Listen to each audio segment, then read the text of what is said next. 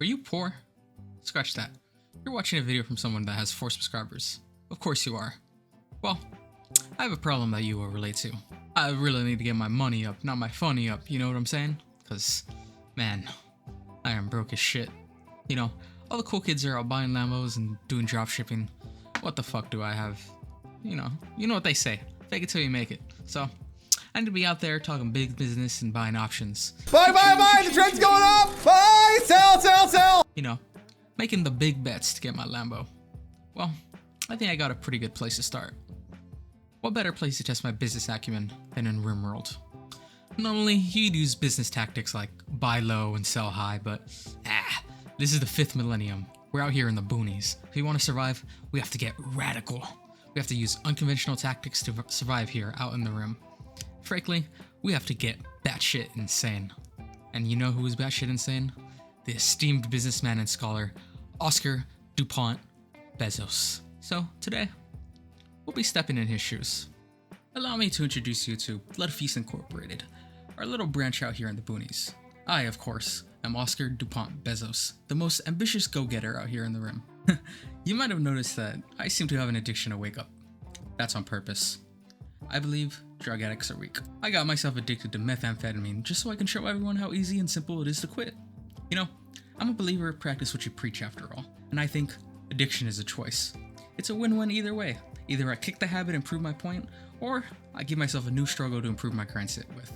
I want the world to stop glamorizing recovering addicts. Quitting addictive drugs is easy. I've done it at least 100 times. Joining me here is my boss, Holden Bloodfeast Jr. Yes, the son of that famous 237-year-old senator, Holden Bloodfeast Sr. He has many hobbies and interests, but he honestly just mainly wants to nuke the empire for sending out tax collectors. I'm assistant to the regional manager out here, and I oversee a team of unpaid interns that do all the labor out here in this branch. Let me introduce you to them. Here we have Tim. He's a little quiet, but man, he's my best worker. You might have noticed that he's a little neurodivergent, I guess you could say. Well, I am an equal opportunity employer after all. I believe in second chances and third impressions. Personally, I just love autistic people. My hardest worker is autistic. It's not about where you fall on the spectrum, it's about getting back up. Next, we have Chunk. Me and him, we go way back. Why don't you introduce yourself? I was a psychic addict living in the streets for these past 15 years. Ozker taught me to say no to all these things and to learn the keys to success. So, the next day, I woke up in my $4 million yacht, docked at my $17 million home. Why aren't you doing it too? Sure, I then lost all my money sports betting, and maybe that house wasn't mine to begin with. Maybe I did go on a Luciferian binge and murdered a family of 4 and claimed their possessions for my own. You'll never be able to prove it. Oh, what a character. See, when I met Chunk, I found him wandering the lowest levels of the world, wallowing in his own piss and shit. He reminded me a lot of my younger self. So, I decided to motivate him to pull himself up by the bootstraps and get off the streets by spitting in his face. He then beat me over the head and beat me within an inch of my life. Instead of stealing my wallet or my expensive jewelry, he went and took my shoes. So, what did I do? I hired him on the spot. Clearly the man has exquisite taste. I know. You're probably wondering why I hired a formerly homeless, brain-damaged drug addict as my assistant. You know, conventional wisdom says that you should always want to surround yourself with people who are smarter and more successful than you. Well, I think that's bullshit. I believe it's important to always be the smartest in the room, because why would you want to be the weakest link in the group? That just makes you an easy target. Personally, when I open fire on a group of people, I always go for the weakest and dumbest people first. And that's why I've been mentoring him ever since. And finally, we have Kimmy, Holden's niece. She's alright, I guess. I don't know. I've been working out here for a couple years now, and I think it's time for a real change. I think it's time for me to step up and become a manager in my own right. I have bright ideas that could take this company to the next level. Unfortunately, when I applied for a promotion, corporate told me that there are no managerial roles available. Whatever, that's bullshit. I've given my blood, sweat, and tears to this business, and I will get my due. Let me show you Ozker's key to success number 1. If there's not a fit for you, make one. I would apologize, but I'm not sorry at all. Alright. No one's gonna find him out here.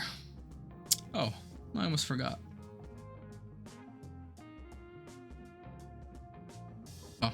Actually, it would be wasteful if I left these behind. Alrighty then. Have fun, Wolf. Oh fuck, they found him. Luckily, they don't suspect a thing. Wow, look. I've been promoted to manager. Huh. Finally, I can take this operation to the moon. My first order of business is to borrow as much money as we can. It doesn't matter if we can't pay it off. When I take this company to the moon, it won't matter how much debt we have. Debt is fake. You know what really matters? Hustle. If you owe the bank 1 million, you're in trouble. If you owe the bank 100 million, the bank is in trouble. Think smarter, not harder. They say competition is good. I agree. But what if you have grinded so hard and made it so high that you don't have any natural competitors? Well, here's my little secret. When I nearly overdosed on Go Juice when I was a teen, it unlocked something in me. Some may call it paranoid schizophrenia, but me, I call it a gift.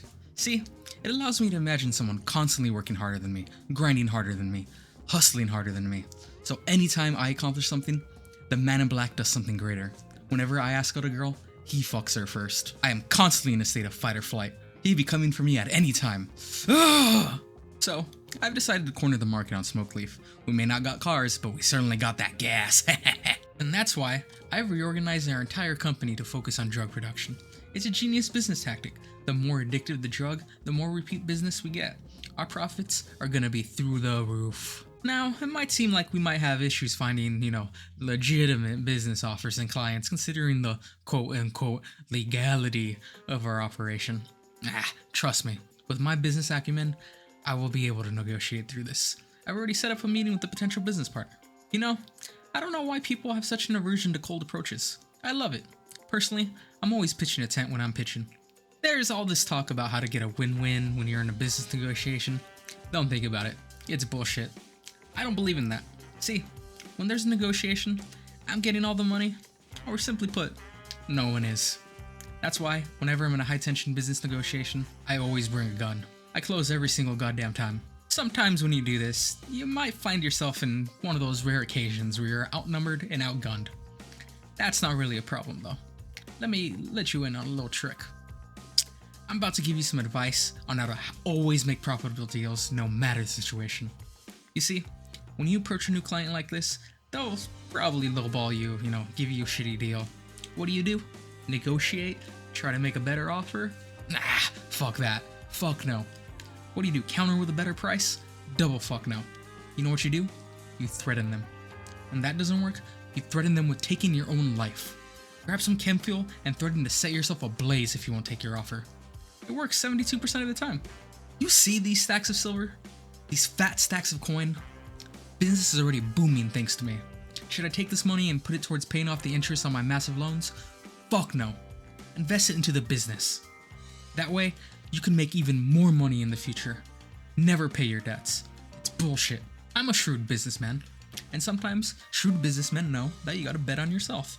And since I am this company, I gotta bet on this company. Objective Aerospace is the company that owns our subsidiary out here. So, what I'm gonna do is bet on the company that owns Objective Aerospace. Cause we do good, they do good. Easy. Honestly, you can kinda consider this insider trading. Cause I'm gonna bring in so much money for Objective Aerospace through my drug addiction strategy that they'll have no choice but to make the company moon. And I'll reap all the benefits. And while I'm here, might as well invest in a little options, Make some big bucks. Think of it like a parlay. I only have to get all 3 right to make it big. It's a no-brainer. Now, I know what you're gonna say. Ozker, why are all these doors permanently open? Well, it's simple really.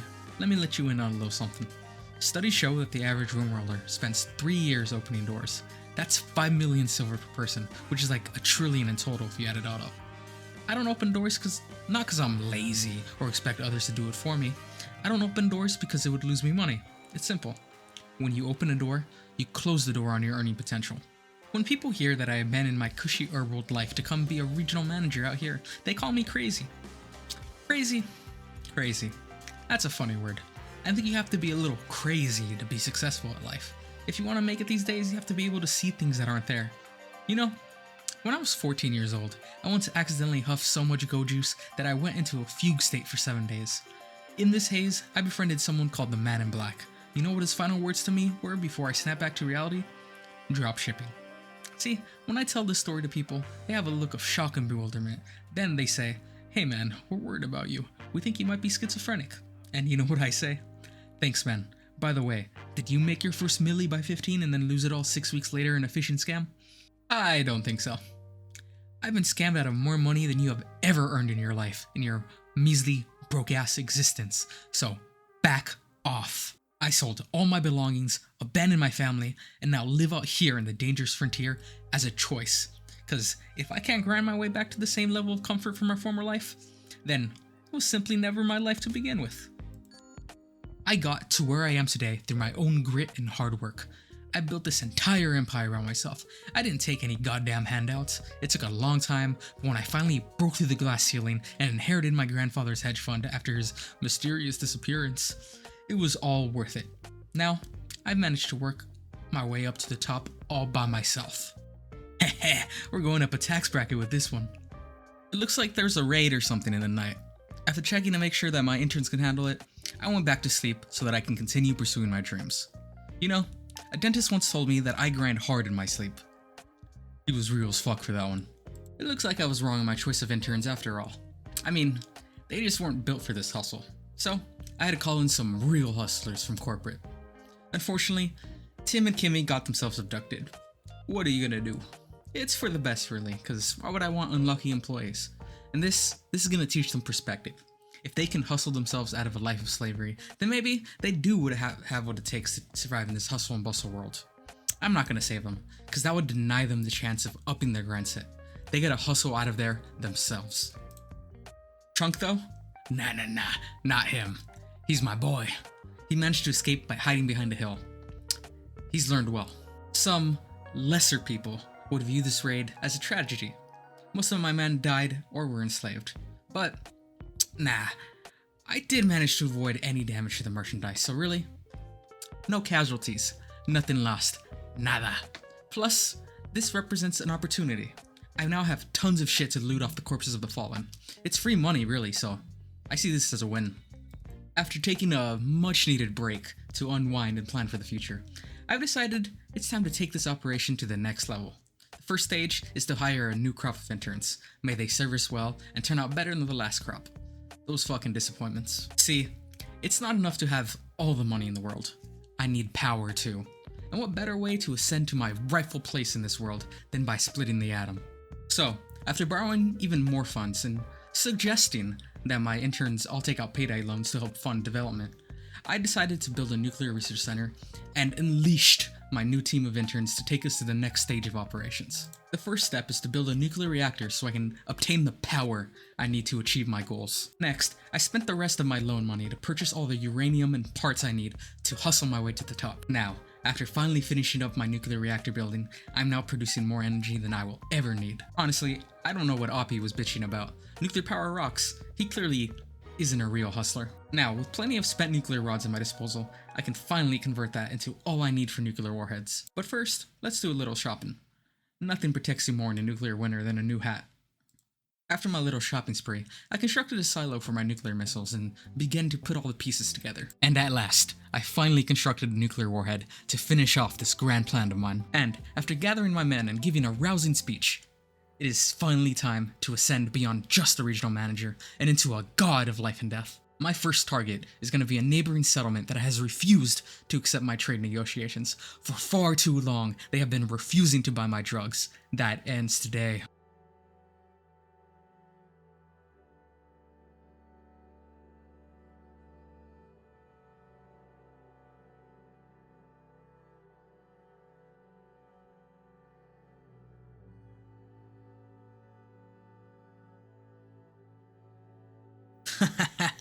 That test launch, that was a success. Soon, this entire planet will be mine. Endless profit and power is at my fingertips. Nothing can stop me now. Now, with all this power at my fingertips, it's time to lay off my interns. I won't need them anymore. These atomics, oh boy, these will be all I need to guarantee my promotion to the head of this damn company. Oh look, a tax collector. Man, I fucking hate taxes. That's why I left the RimWorld. If you're paying the government, it's just over for you, man. Let me show you how we used to do it back on my homeworld. Hey, it's the tax man. You owe 370 silver. Hey, can you come back later? No? No hablo español. Fuck. Burn everything. And I mean everything. Don't let them find anything to claim. I would rather start over again than pay a single goddamn silver. It's a good thing we prepared a backup plan. Take as much as you can carry. We're gonna need it to start over. While you've been on LinkedIn, I've been on Locked In. We are not the same. Fuck the taxman. After fleeing the burning ruins of his branch, Ozker managed to make it back to another branch of Objectives Aerospace to continue his schemes as he always has. Dishonestly. For his failure to keep the branch unburned and away from the eyes of the intergalactic IRS, he was demoted back to a regular employee. And thus ends this chapter of Ozker DuPont Bezos.